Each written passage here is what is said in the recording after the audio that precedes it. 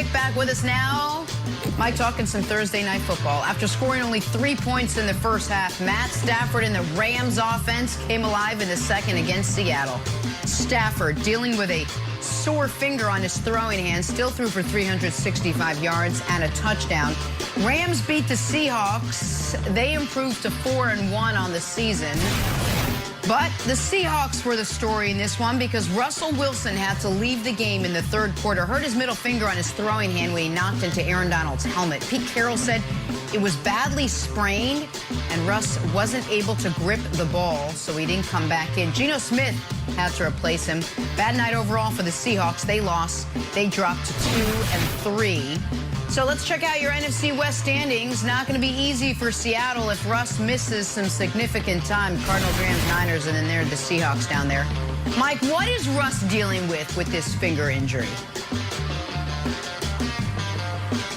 First off, Jen, I want to say shout out to my man Geno Smith. He stepped in and played phenomenal. But yes, what Russ is going through right now, it's difficult to play with any type of sprain or break on your fingers. In 2011, you know, 2011, I sprained my throwing, my pinky finger and my ring finger on the throw, and came over to the sideline, looked at Andy Reid. I actually broke it. When I looked down at both of my fingers, they both were bent back. The same thing Russ did, you know, hit a helmet, but I had to continue to play. I walked over to Andy Reid, I showed him my fingers, and he looked at me like I was crazy, like, get back out on the field, like, this is not over.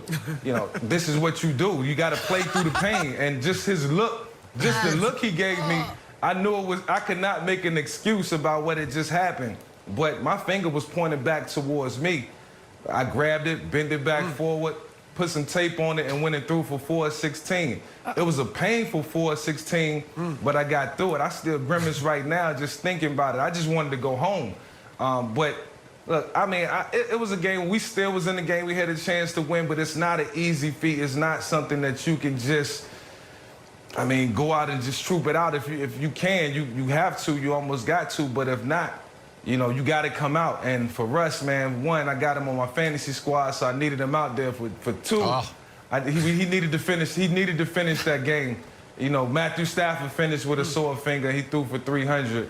You know, not questioning Russ or anything, but, you know, sometimes you got to troop it out, man. Okay, Mike, I have 2 questions for you. One about the finger. I know it's hard to diagnose something in Seattle, but for you, is it a pain issue or is it a functionality issue? Because I buy the idea of like playing through pain, you know, a grin and bear it. But is it literally like, oh man, my finger is not functioning, I can't grip the ball, and I'm in a bad spot? And if it is a functionality issue, what do you think Russ was thinking when he saw Geno in? Geno was playing great. Geno was 8 for 8. Geno was moving the ball. Geno threw a touchdown. If Russ wasn't 100%, is he supposed to be like, yeah, man, I want to come in? And Pete Carroll's like, wow, your guy's doing awesome. So I don't know, how do you balance those 2 things? I mean, Russ and Geno spend as much time together as they do. I would think that Russ was rooting for Geno to finish the game and continue to play great the way he played. It didn't end the way it was supposed to, but he got to be proud of him. You know, if you Russ, you're just kind of looking from the side and like, man, I wish I could just go back in. But Geno had the momentum. And I think if Geno didn't have momentum, because he started a drive out, and I think they went out and got a touchdown, you know, I could tell Russ wanted to go back into the game. He was trying to grip the ball. He kept squeezing it, and that's what they tell you to do. Just keep squeezing the ball, keep throwing on the sideline, just so the injury don't become stiff. And, you know, it looked frustrating for Russell, but as Geno went in and got some momentum, I think it was just best to just play it safe, and I think that's what they did. But I know Russ woke up this morning saying to himself, I wish I'd have went out and tried to finish this game. And the fact that he didn't, to me, speaks to the likelihood that this could be something significant.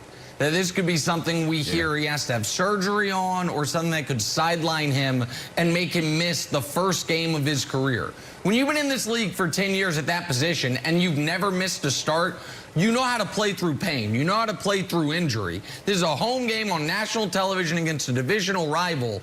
And the fact that Russ, he did go back out there initially, seemed to have no power on his throws, and then they went to Geno. That is highly concerning to me, Broussard, for the Seahawks in the short term. If you look at their upcoming schedule, they have to go 3-0 over their next 3. Like, this is the softest part of their schedule where they can rack up some wins. And the fact that they are in a spot now, you have Pittsburgh, New Orleans, and Jacksonville. That is, when you're looking at it, you're like, okay, going into the bye, we need to have 3 straight wins because you don't have another 3-game stretch, anything close to that, the rest of the year. And now I think if Russ is going to miss time, this team's defense stinks. I know Geno played well yesterday, but the reason we're giving him credit for playing well is because it surprised a lot of us. Maybe not Michael, but it surprised me at least. Hadn't seen Geno in a big spot in years. And I do wonder, Broussard, when you look at the Seahawks team that's 2-3, that has a terrible defense, who's all, you know, they had bad losses already to Tennessee and the Vikings. If there isn't some of what happened this offseason between Russ and the franchise, how much of that was Russ looking at the team and saying, this might be the worst Seahawks team I've been on since I've been here? And I'm not sure if we're a Super Bowl caliber team. And I think that I might be best served trying to have the next phase of my career be somewhere I have a better chance of competing for championships. Because Seattle didn't look like a Super Bowl caliber team before Russ got hurt. And now with him potentially missing time, they certainly don't. Yeah, I do think that Russ looked at this team and said, we're not Super Bowl champions. We're a playoff team. I do believe he believes that, but I think the thing that led him to speak out this summer was that he knew they weren't a Super Bowl team. I just don't think he liked the pushback. I don't think he liked the little bit of criticism and the controversy that he was receiving, so everything ended up working out and he got quiet again. But I think he knows, and all of us know. I picked Seattle to make the playoffs, but not to win the Super Bowl. Only Wilds went that far. Only Wilds went out on that limb. All right, the Seattle's not a Super Bowl team. And they might not even be a playoff team if, as you said, Nick, they don't get it done over these next 3 weeks. Then they got to bye. And then, so if they play well over the next 3 weeks, go 3-0, have the bye week, then they've got a shot to really make this a strong season for themselves.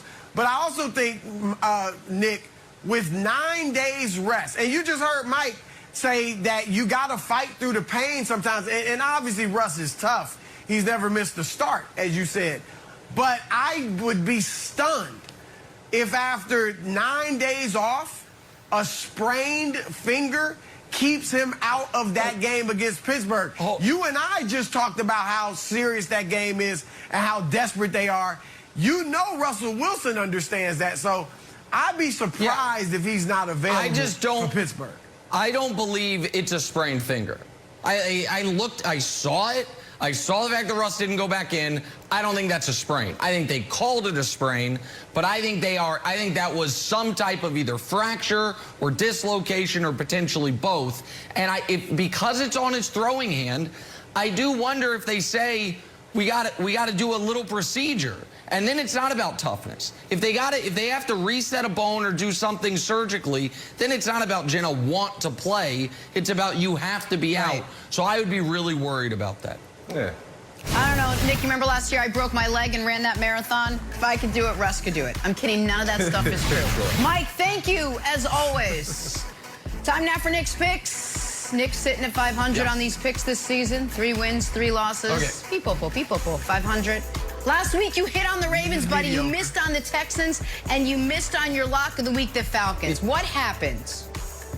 Yeah, listen, the poker legend Doyle Brunson reached out to me and said, Nick, the Falcons, what the hell, buddy? Let me tell you, we're not trying to go 3-0 every week with these picks. We're trying to go 2-1 and hit the lock. And we had it. If anyone watched that Falcons game, they're up 2 with 30 seconds left. It's perfect. Just kick the field goal, Washington. You win by 1. You get the win. The Locks stay undefeated. And then just an unforgivable dump pass, 30 yards, touchdown. I'm sitting there. I can't believe I'm seeing it. But we lost. So now we get back to basics because we do need to recover. And what are the basics? The basics are if America's all going one way, we go the other. I don't know if you guys have seen the line this week, but according to Fox Bet, the Jacksonville Jaguars are 4.5-point underdogs. Do you know anyone that is picking the Jaguars this week? Have you heard anyone say, you know what, given everything going on in Jacksonville, I like the Jags? Well, if nobody likes the Jags, we like the Jags. Jacksonville plus 4.5, we're doing it. Again, back to basics. Next line, Minnesota. They're a decent team, maybe deserve to have more than one win. Do they deserve to be a 10-point favorite on anyone? The answer is no. Lions catching 10?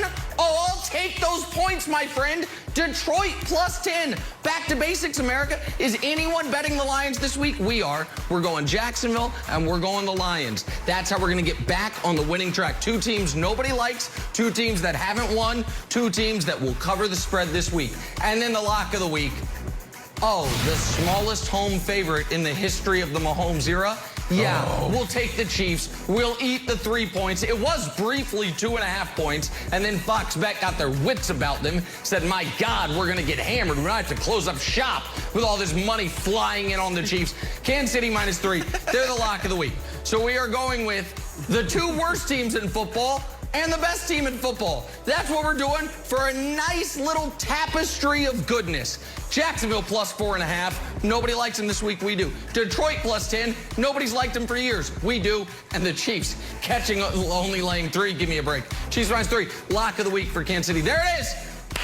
Getting back on the winning track this week. Don't worry.